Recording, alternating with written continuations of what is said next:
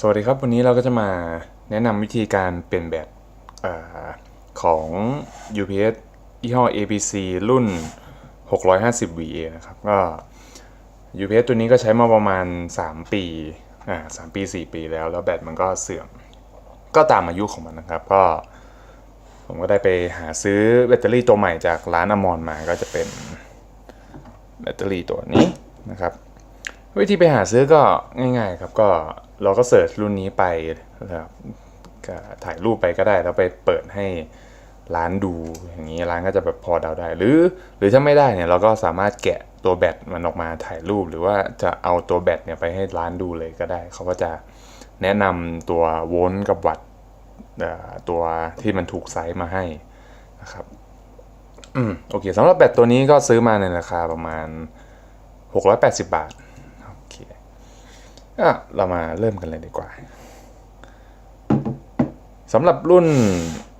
650VA นะครับก็วิธีเปลี่ยนมันก็จะเป็นวิธีการสไลด์โดยการต้องไข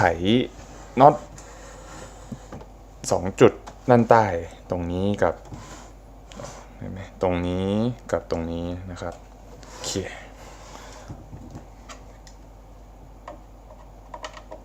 โอเคทีนี้ตอนสไลด์ก็ดันลงมาเลยมันก็จะสไลด์ออกมาอย่างนี้แล้วเราก็ถอดออกได้เลยทีนี้เราก็จะเห็นตัวแบตเตอรี่แล้วก็ขั้วของมันนะครับซึ่งทั้งแบตที่เอามาใหม่กับแบตที่เอามาใหม่กับแบตเก่ามันจะมีสีบอกสีแดงกับสีดำแล้วก็ดูตามสายตรงนี้ได้เลยโอเคตอนถอดก็อยากให้ระวังไว้หน่อยแบบไม่อยากให้ระวังอย่าให้เหล็กมันมีเหล็กหรืออะไรมันมา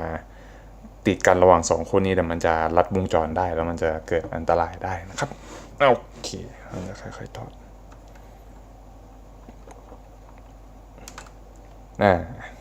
แบบนี้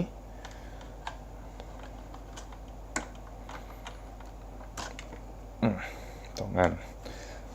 นี้แล้วก็ดึงมันออกมาได้เลยดูเหมือนว่ามันจะดึงไม่ออกผมเดาว่ามันเพราะว่าแบตมันบวมแล้วมันก็แน่นทำให้มันดึงไม่ออกเพราะฉะนั้นก็ยังไม่ต้องตกใจไม่ต้องไปหาครีมหรือไปหาอะไรมางัดนะครับเพราะสำหรับรุ่นนี้เราก็สามารถเปิดฝามันออกมาได้แต่มันอาจจะยุ่งยากนิดนึงผมจะมาแสดงให้ดูพอเราไปด้านหลังก็จะมีเห็นน็อต4ตัวนะครับ1 2 3 4ซึ่งอีกตัวหนึ่งก็อยู่ใต้สติกเกอร์ที่เป็นประกันตรงนี้แต่สำหรับของผมมันก็เลยประกันมาหลายปีแล้วก็นั่นแหละครับ แต่สำหรับคนที่ยังไม่หมดประกันก็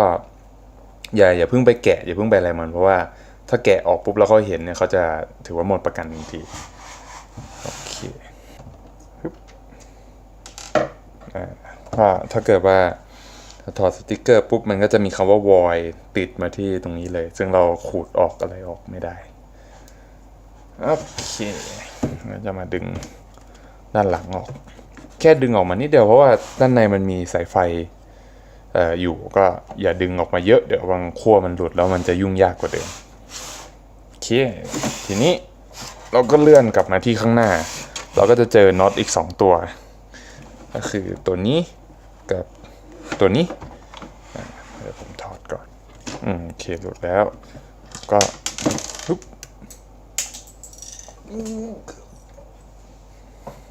โอ้ยสั่นเลยตัวล่างก็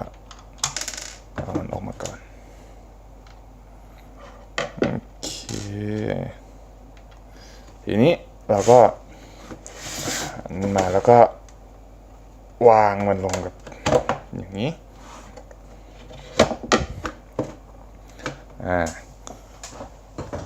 แล้วทีนี้เราก็ค่อยๆผงเขาเรียกว่าอะไรเปิดฝามันออกทีนี้ให้ระวังด้านบนนี้เพราะว่าตัวแผงวงจรที่เป็นไฟตรงนี้มันจะมีขั้วติดอยู่ กับฝาอีกด้านหนึ่งเพราะฉะนั้นเราไม่ต้องดึงแรงค่อยๆดึงเพราะถ้ามันมาแค่นี้แล้วก็มากพอที่จะหยิบแบตเตอรี่ออกมาได้ง่ายๆแล้ว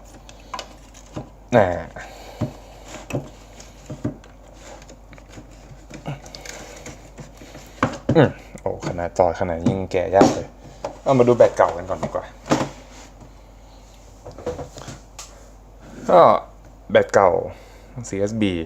ก็จะเห็นได้ว่ามันปูดออกมานิดนึงตรงนี้ก็คือ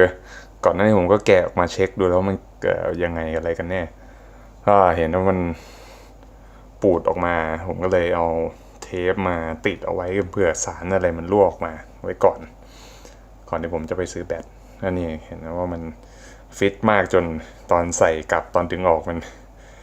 ทำให้เทปหลุดออกมาเลย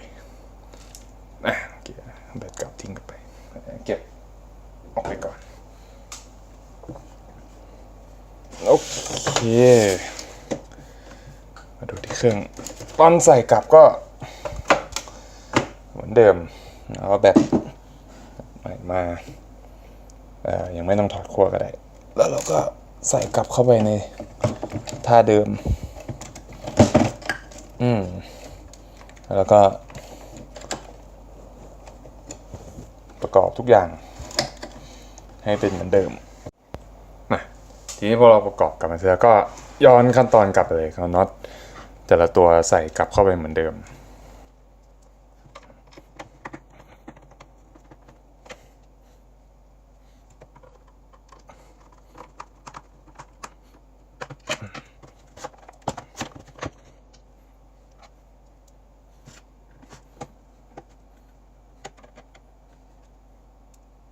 โอเคไปแล้ว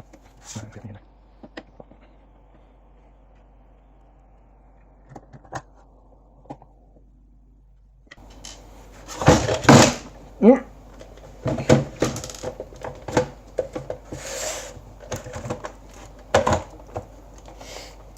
โอเค ให้ระวังให้ดีนะ โอเคกลับมาที่ด้านหน้าแล้วก็เห็นว่ามันมีโครพลาสติกอยู่เราก็ถอดออก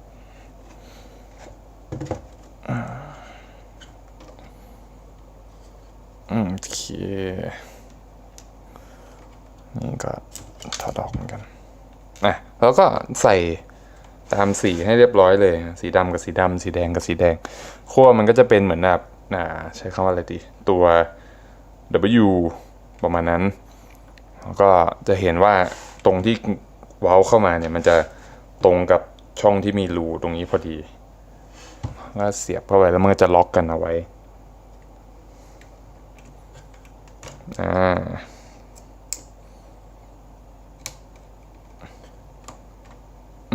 กดให้แน่นให้มันมีเสียงแก๊กโอเคมาประกอบด้านหน้ากลับเข้าไป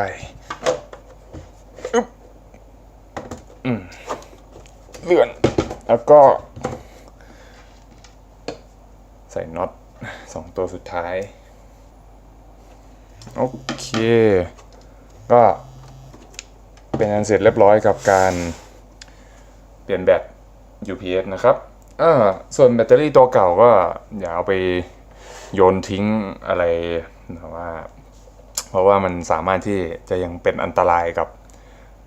คนอื่นได้อีกเพราะฉะนั้นก็ให้